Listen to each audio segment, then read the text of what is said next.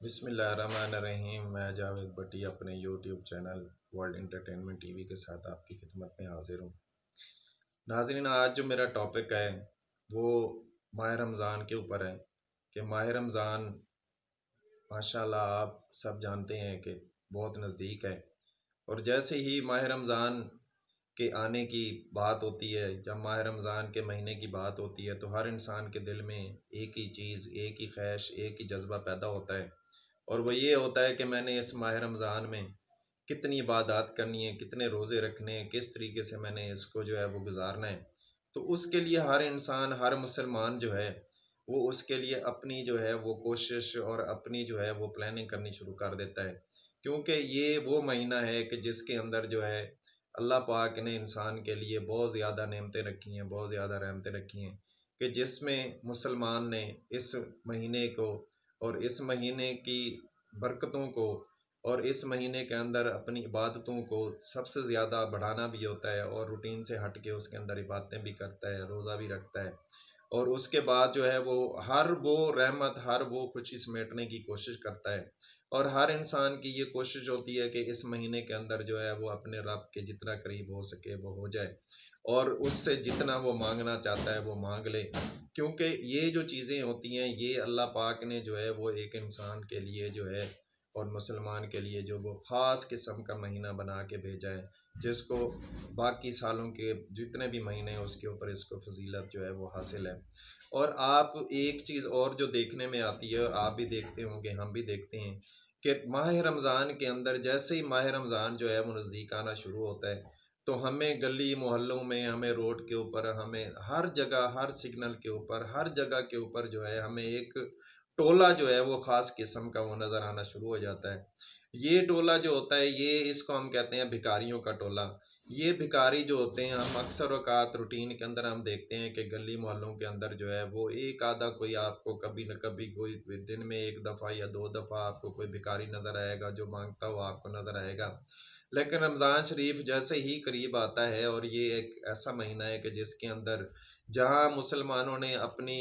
रहमतें और अपनी बरकतें समेटने के लिए वो कोशिश में लग जाते हैं। इसी तरीके से एक टोला जो है, एक माफिया जो है वो भी एक्टिव हो जाता है, जो जिन्होंने ऐसा लगता है कि उन्होंने लोग जो है वो पूरा साल उनको ट्रेनिंग देते हैं और जैसे ये एक महीना आता है, इस महीने के अंदर वो लोगों को जो है वो मार्केट के अंदर जो है वो छोड़ देते हैं। अब ये जो लोग होते हैं ये यूँ समझ लें कि दूसरी साइड के ऊपर जो है अपने लिए कुछ हमारे जो मुसलमान भाई हैं वो जहाँ रहमतें समेट रहे होते हैं वहाँ पे एक टोला ऐसा है जो अपने लिए ज़हमतें इकट्ठी करने शुरू कर देता है। अब ये वो लोग होते हैं कि जिनको आप यूँ समझ लें कि ना तो किसी चीज़ की ज़रूरत होती है, ये प्रोफ़ेशन एक बन गया कि इसके अंदर जो है ये लोग ये समझते हैं कि ये इससे बड़ा प्रोफ़ेशन, इससे बड़ा तो बिज़नेस कोई है ही नहीं कि जहाँ पे आपकी कोई चीज़ लगनी नहीं है। और बल्कि आजकल तो बड़े जदीद स्टाइल के अंदर जो है वो माँगने वाले जो है वो मार्केट में आपको नज़र आएँगे, गली मोहल्लों में नज़र आएँगे। और अब तो सिग्नल के ऊपर आप जाके रुकते हैं तो वहाँ पे आपको बड़ी डिसेंट किस्म की फैमिलीज़ जो हैं वो आपको वहाँ पे माँगती हुई नज़र आती हैं। और वहाँ पे तो ऐसे-ऐसे लोग नज़र आते हैं कि उन्होंने साथ छोटे दूध पीते बच्चे भी साथ बिठाए होते हैं, वो भी लिटाए होते हैं। और 5-7 साल से 12-14 साल की, 15 साल की बच्चियाँ जो हैं वो सिग्नल के ऊपर वो है माँगती हुई नज़र आ रही होती हैं। तो ये मुआशरे के अंदर जो है ये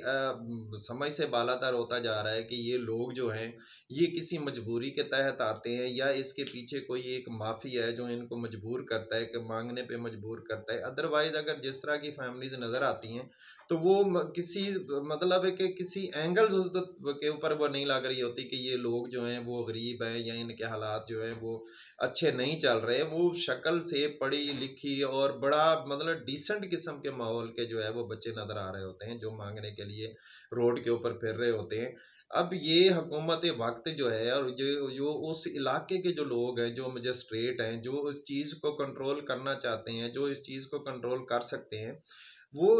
अक्सर औकात तो ये होता है ना कि हम तो अक्सर ये देखते हैं कि जो वाक़ईतन गरीब है, जो वाक़ईतन डिज़र्विंग पर्सन है, वो तो कभी हमने उनको देखा नहीं। अगर कहीं पे वो हमें नज़र आ भी जाएँ, तो उनका तो बड़ा एक अजीब-ओ-गरीब सा स्टाइल होता है माँगने का। और उसके ऊपर हर बंदा जो है वो जज कर लेता है कि ये बाय प्रोफेशनल है बंदा मांगने के लिए निकला हुआ है या ये बंदा अपनी ज़रूरत के मुताबिक निकला हुआ है। अब ये चीज़ें जजमेंट जो है वो ऑटोमेटिकली जो है वो हर इंसान को जो है वो नज़र आनी शुरू हो जाती है। लेकिन ये जो प्रोफेशनल लोग हैं, जो मार्केट के अंदर बाकायदा तौर के ऊपर लॉन्च किए जाते हैं, या इसके पीछे पूरा एक माफिया जो वो काम कर रहा है, खुदारा इसकी भी कोई रोकथाम का कोई तरीकाकार तो होगा, और क्यों नहीं होगा। अगर हम बाकी सारे जुराइम जो है उसको ख़त्म करने के लिए हमारे पास टीमें भी हैं, जैसे हमने डॉल्फिन बना दी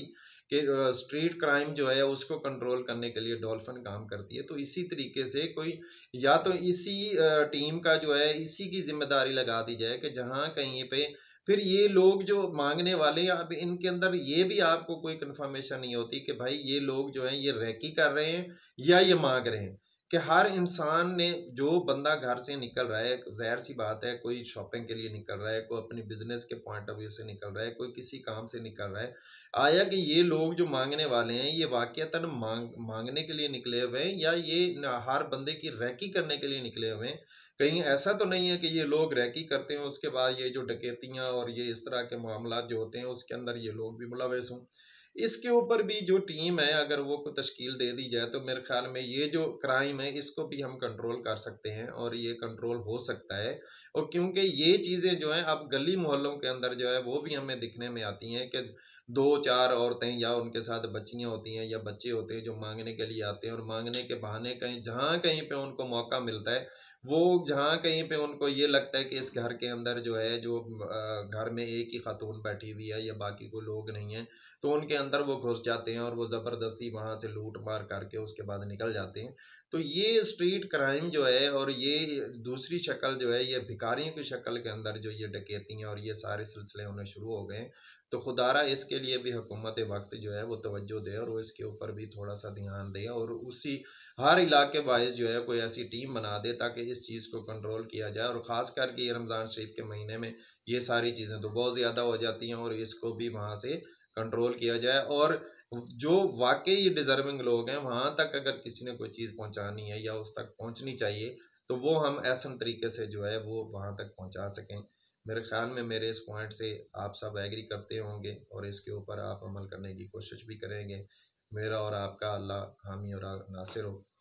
पाकिस्तान जिंदाबाद।